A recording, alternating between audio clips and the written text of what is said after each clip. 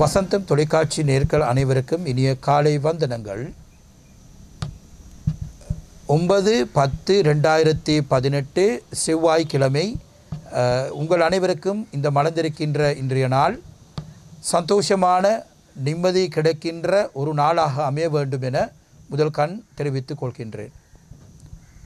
சிங்காலுவாத சூத்திரத்திலே பௌத்த பக்தர்களுக்கு தெரியும், ஆனால் ஏனைய சமுதாயங்களுக்கு நாங்கள் அறியக்கூடிய ஒரு விடயத்தை நாங்கள் உங்களுக்கு கூற விரும்புகின்றேன். ஆசிரியர்களையும் மாணவர்களையும் இடையிலே ஒரு நல்ல முறைகள் செயற்பாடுகள் இருக்கின்றன. அது நீங்கள் சிங்காலுவாத சூத்திர எடுத்துக்கொண்டால் உங்களுக்கு மிகவும் அது அக்கறை செலுத்தக்கூடிய வாய்ப்பு கிடைக்கும். ஆசிரியர்கள் தமது கடமைகளை செய்கின்ற பொழுதோ மாணவர்களும் அதே போல அவங்களுக்கு இருக்கின்ற கடமைகளை செய்ய வேண்டும். அப்படி செய்கின்ற பொழுது மாணவர்களுக்கு நீங்கள் நன்றாக படிக்க முடியும், நன்றாக ஒரு நல்ல பிரஜைகளாக மாற முடியும். ஆசிரியர்கள் தமது கடமைகளை செய்கின்ற வேண்டும், அது தெய்வங்களாக ஒரு கடவுளாக நீங்கள் செய்ய வேண்டும். ஆசிரியராக இருக்கின்ற கடமைகளை செய்கின்றவர்கள் இது அக்கறையோடு செய்ய வேண்டும். அந்த ஆசிரியர்கள் தமது ஒரு கடவுளாக அந்த கடமைகளை செய்கின்ற பொழுது மாணவர்கள் அவங்களை பின்பற்றக்கூடிய மாணவர்கள் அவங்கள் கடவுளாக பார்த்து கொள்வார்கள்.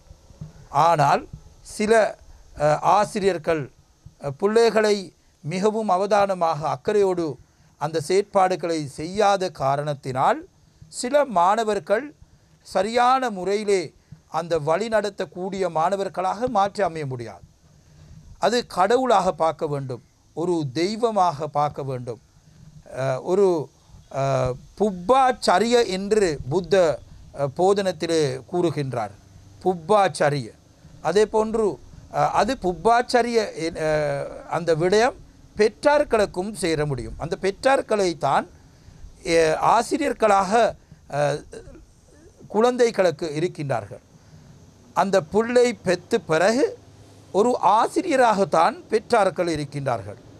அந்த விடயத்திலே பெற்றார்கள் தமது பிள்ளைகளுக்கு சிறந்த ஆச்சார முறைகளை பின்பற்றக்கூடியவராக இருந்தால் அந்த பிள்ளைகள் எந்தவிதமான தவறான செயற்பாடுகள் செய்வதற்கு சிந்திக்க மாட்டார்கள். இதுதான் மிகவும் அதிகமாக அக்கறை செலுத்தப்பட்டு பெற்றார்கள் ஆசிரியர்கள் அவங்களோட கடமைகளை பற்றி சிந்தித்து சரியான நேரத்தில் அந்த பிள்ளைகளுக்கு தவறான வழிகளை செய்கின்ற பிள்ளைகளுக்கு நீங்கள் சரியான வழியை நடத்தப்படக்கூடியவராக நீங்கள் இருக்க வேண்டும். அந்த சந்தர்ப்பத்திலே அப்படி இல்லாவிட்டால் ஒரு நல்ல மாணவர்களாக மாற்ற அமைய முடியாது. இந்த மாணவர்கள் தான் எமது செல்வந்தங்களாக எதிர்காலத்திலே நல்ல பிரஜைகளாக தலைவர்களாக மாற முடியும். அந்த தலைவர்கள் நல்ல தலைவர்களாக நாங்கள் மாற்ற வேண்டும். அப்படி இல்லாவிட்டால் இந்த நாடும் சுதந்திரமாக இந்த நாடிலே எந்த விதமான சந்தோஷமே கிடையாது. அந்த சந்தர்ப்பத்திலே இது மனதிலே வைத்து கொண்டு நீங்கள் அக்கறைப்படுத்தி நீங்கள் சந்தோஷமாக வாழ வேண்டும். இல்லாவிட்டால் நாங்கள் எதிர்பார்க்கின்ற நல்ல செயற்பாடுகளை செய்ய முடியாது. அந்த புத்த பகவான் கூறப்பட்ட விடயங்களை நீங்கள் அக்கறை செய்தோமாக இருந்தால் நிச்சயமாக உங்களுக்கு சிறந்த மனிதராக வாழ முடியும் என்று கூறிக்கொண்டு இன்றைய நாள் இந்த அமைதியான நல்ல நாள் உங்கள் அனைவருக்கும் சந்தோஷமான வெற்றி அடையக்கூடிய நல்ல நாளாக நீங்கள் பார்க்கின்ற நல்ல காரியங்களை வெற்றி அடையக்கூடிய ஒரு நாளாகவும் அமைய வேண்டும் என பிரார்த்தனை தெரிவித்துக் கொண்டு உங்களிடமிருந்து விடைபெறுகின்றேன். நன்றி, வணக்கம். ஓம் சர்வமங்கள மாங்கல்யே சிவே சர்வார்த்த சாதகே சரண்யே திரியம்பகே கௌரி நாராயணீ நமோஸ்துதே.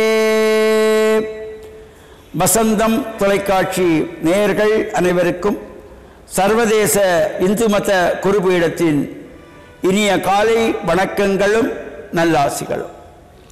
இன்று மங்களகரமான விளம்பி வருஷம் புரட்டாதி மாதம் 24ஆம் நாள் 10/10/2018 புதன்கிழமை. இன்று மலர்ந்திருக்கின்ற இன்றைய பொழுது எல்லோருடைய வாழ்விலும் எல்லா விதமான சிறப்புகளும் வெற்றிகளும் கிடைக்க, இறையருளும் குருவருளும் நமக்கு பூர்ணமாக நிறைய, பெற்றோர்கள், தாத்தா பாட்டி, அத்தை மாமா போன்ற வயதிலே மூத்தவர்கள், பெரியோர்கள், குருவானவர்கள், ஆசிரியர்களுடைய அன்பையும் ஆசியையும் பெறுகின்ற பொழுது நம்முடைய வாழ்விலே நமக்கு நடப்பது எல்லாமே நல்லதாக அமையக்கூடியது. இன்று புதவாரம் என்கின்ற புதன்கிழமை. புதன் கிடைத்தாலும் பொதுவாக சொல்வார், இந்த புதன்கிழமை அவ்வளவு கிடைக்கின்ற பொழுது ஒரு காரியத்தை செய்கின்ற பொழுது சிறப்பாம். பொன் கிடைத்தாலும் புதன் கிடைக்காது என்று சொல்வார்கள். எனவே இந்த புதன்கிழமை நமக்கு ஒரு நல்ல காரியத்துக்கு கிடைப்பது வாழ்வில் உயர்வை தரக்கூடியது. இப்பொழுது உலகெங்கும் வாழுகின்ற இந்துக்களாலே அன்னை பராசக்தியினுடைய இந்த நவராத்திரி பூஜை வழிபாடுகள் நடைபெற்று கொண்டிருக்கின்றன. இன்று 2வது நாளாக துர்க்கை அம்மனுடைய வழிபாடு. இந்த பிரதமை, திதியை, திருதியை என்கின்ற 3 திதிகளும் துர்காதேவியை வேண்டி வழிபாடு செய்வது. அவ்வாறு அந்த வழிபாடுகள் செய்கின்ற பொழுது இந்த நவராத்திரி காலங்களிலே சிறு குழந்தைகளை எல்லாம் அம்பாளாக பாவனை செய்து அவர்களை எல்லாம் அழைத்து இல்லங்கள் தோறும், ஆலயங்கள் தோறும் நமக்கெல்லாம் என்னென்ன உபச்சாரங்கள் செய்ய முடிகிறதோ அவரெல்லாம் செய்கின்ற பொழுது ஒரு சிறப்பு. அம்பிகையின் வடிவமாக இந்த சிறு குழந்தைகளை பொதுவாக இந்த முதலாம் நாளிலிருந்து 9ஆம் நாள் பிரதமை முதல் நவமி வரையிலே ஒவ்வொரு வயசு அடிப்படையிலே அந்த பிள்ளைகளை அழைத்து, அது ஒரு பிள்ளையோ அல்லது 3 பிள்ளைகளோ அல்லது 5 பேரோ 7 பேரோ 9 பேரோ நமக்கு எவ்வாறெல்லாம் அதற்குரிய ஏற்பாடுகள் செய்வதற்குரிய வசதிகள் இருக்கிறதோ அதுக்கு தக்கபடி ஒரு பிள்ளையாவது தினமும் அழைத்து அதிலே மங்களமாக கோலமிட்டு ஆசனம் கொடுத்து அவர்களை அமர வைத்து பாத்தியம் மர்க்கியம் கொடுத்து உபச்சார பொருளெல்லாம் கொடுத்து நிவேதன பிரசாதங்கள் கொடுத்து அந்த குழந்தைகளை எல்லாம் அம்பாளின் வடிவிலே வழிபாடு செய்கின்ற நிகழ்வு. அதனாலே தான் இந்த இல்லங்களிலே இவ்வாறு கொலு வைத்திருக்கிற பொழுது அயலவர்களிலே உறவுகளுக்குள்ளே அழைப்பார்கள். எங்களுடைய வீட்டிலே கொலு வைத்திருக்கிறோம் வாருங்கள் என்று அழைத்துக் கொள்வார்கள். அவ்வாறு அந்த சிறப்புகள் நடைபெறுகின்ற இடங்களிலே எல்லாம் இந்த சிறு குழந்தைகளை அம்பாளாக வழிபாடு செய்வது, அதேபோல் கன்னி பெண்களை அம்பாள் வடிவத்திலே வச்சு பூஜிப்பது, சுமங்கலிகளை அம்பாள் வழியிலே வைத்து உபச்சாரம் செய்தவர்களுக்கு தேங்காய், வெற்றிலை, பழம், மஞ்சள், குங்குமம் இவையெல்லாம் கொடுத்து நமக்கு என்னென்னலாம் உபச்சாரங்கள் கொடுக்க முடிகிறதோ அவர்களுக்கு சட்டை, துணி, சேலை எது எல்லாம் நமக்கு முடிகிறதோ அவற்றையெல்லாம் கொடுத்து பிரசாதங்களும் கொடுத்து அம்பாளுடைய வடிவமாக அந்த அம்பாள் எங்களுடைய இல்லத்துக்கு வந்திருக்கிறாள் என்கின்ற ஒரு ஐதீகம் படியாக செய்யப்படுவது. இந்த நவராத்திரி காலங்களிலே வீடுகளிலே கொலு வைத்தவர்களெல்லாம் அழைத்து இந்த கொலுவுக்கு அழைத்து அவர்களுக்கு உபச்சாரம் செய்து அங்கே மங்களமாக பாடல்கள் பாடி அம்பாளுடைய கீர்த்தனைகள் பாடப்பட்டு இவ்வளவு சிறப்புகளெல்லாம் நடைபெறக்கூடியது. எனவே இன்று 2வது நாளாக இந்த துர்க்கை அம்பாளுடைய வழிபாடு அனைத்து இடங்கள் நடைபெறுகின்றது. உலகளாவியில் இருக்கின்ற ஆலயங்கள் அனைத்திலும் நடைபெறுகின்றன. அதேபோல் இலங்கை திருநாட்டிலும் பல்வேறு ஆலயங்களிலே நைனை நாகபூஷணி அம்பாள் ஆலயம், அதேபோல் கொழும்பு மயூரவதி பத்திரகாளி அம்பாள் தேவஸ்தானத்திலே, திருகோணமலை பத்திரகாளி அம்பாள் தேவஸ்தானத்திலே, பரக்காப்புளை ஸ்ரீ முத்துமாரி அம்பாள் தேவஸ்தானத்திலே, ஹல்துமுல்லை கருமாரி அம்மாள் தேவஸ்தானத்தில் இவ்வாறு பல ஆலயங்களிலும் இந்த நவராத்திரி பூஜைகள் எங்கெங்கெல்லாம் நடைபெறுகிறதோ அங்கெல்லாம் சென்று அன்னையனுடைய அருளை பெறுகின்ற வகையிலே அமைந்திருப்பது. பல்வேறு ஆலயங்களிலே இந்த திருப்பணிகள் நிறைவேறி மகா கும்பாபிஷேகத்துக்குரிய ஏற்பாடுகள் நடைபெற்றுக் கொண்டிருக்கின்றன. அந்த வகையிலே மீன்பாடும் தேன் நாடி என்று போற்றுகின்ற மட்டக்களப்பு, செங்கலடி, பங்குடாவளி, இலுப்படிச்சேனை ஸ்ரீ சிவமுத்துமாரி அம்பாள் தேவஸ்தானத்திலே சபரிமலை ஐயப்ப சுவாமிக்கு புதிதாக நிர்மாணிக்கப்பட்டிருக்கின்ற ஆலயம். அங்கே உற்சவமூர்த்தி சபரிமலை ஐயப்ப சுவாமியுடைய கும்பாபிஷேகம் நவம்பர் மாதம் 12, 13, 14 திகதிகளில் நடைபெற இருக்கின்றது. அதேபோல் நுரேலியா மாவட்டம் பலப்பறை பிரதேசம் ஹல்கரநோய நடுக்கணக்கு ஸ்ரீ கதிர்வேத சுவாமி ஆலயத்தினுடைய நவகுண்டபக்ஷ பிரதிஷ்டா மகா கும்பாபிஷேகத்துக்குரிய ஏற்பாடுகள் நடைபெற்று 2019ஆம் ஆண்டு 2ஆம் மாதம் பிப்ரவரி மாதம் 10ஆம் தேதி மகா கும்பாபிஷேகத்துக்குரிய ஏற்பாடுகள். அதேபோல் ரத்னபுரி மாவட்டம் எகலியகுடை எகலியடை தோட்டம் 1ஆம் பிரிவில் அமைந்திருக்கின்ற முத்துமாரியம்பாள் ஆலயத்தினுடைய மகா கும்பாபிஷேகம் இம்மாதம் 31ஆம் தேதி ஆரம்பித்து நவம்பர் மாதம் 4ஆம் தேதி மகா கும்பாபிஷேகம். அதேபோல் ரத்னபுரி மாவட்டத்திலே எகலியகுடை நுககே நஸ்ரீ முத்துமாரியம்பாள் ஆலயத்தினுடைய வருஷாந்த அலங்கார உற்சவம் இம்மாதம் 26, 27, 28ஆம் தேதிகளிலே சிறப்பாக நடைபெற திருவிழா கூட்டியிருக்கிறது.